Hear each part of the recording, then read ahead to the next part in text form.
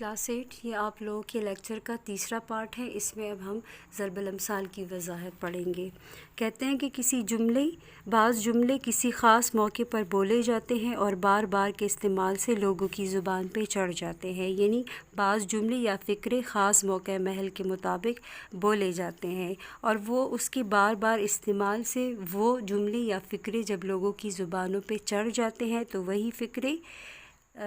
ایسا ہر جملہ ضرب المثل یا کہاوت کہلاتا ہے، تو وہی فقرے ضرب الامثال یا ضرب المثل یا کہاوت اسے کہتے ہیں یا وہ کہلاتا ہے۔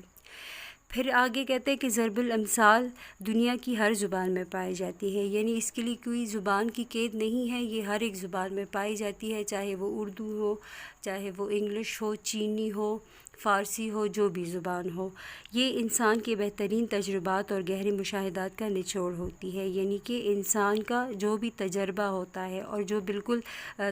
گہرا مشاہدہ ہوتا ہے یہ اس کا نچوڑ ہوتی ہے۔ محاورات کی طرح ضرب المثل کے الفاظ بھی اپنے حقیقی معنوں میں استعمال نہیں ہوتے، یعنی کہ جس طرح محاورات کے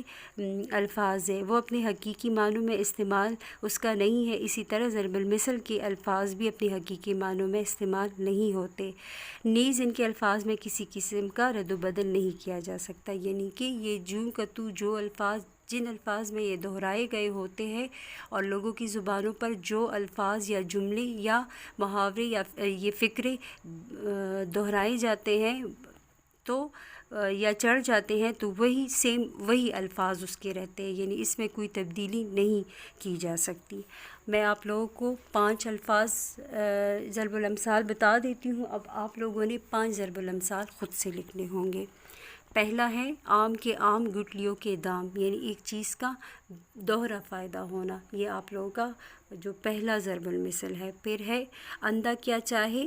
2 آنکھیں، یعنی کہ ہر ایک آدمی اپنی خواہش کی تلاش میں رہتا ہے۔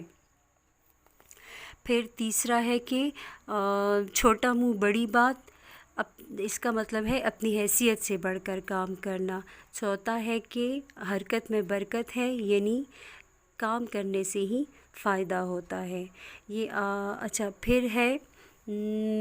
کاغذ کی ناؤ سدا نہیں بہتی، اس کا مطلب ہے جھوٹ ہمیشہ نہیں چلتا۔ بچے یہ آپ لوگوں کا ضرب الامثال کی وضاحت تھی، اب آپ کو میں نے سمجھا دیا ہے، میں نے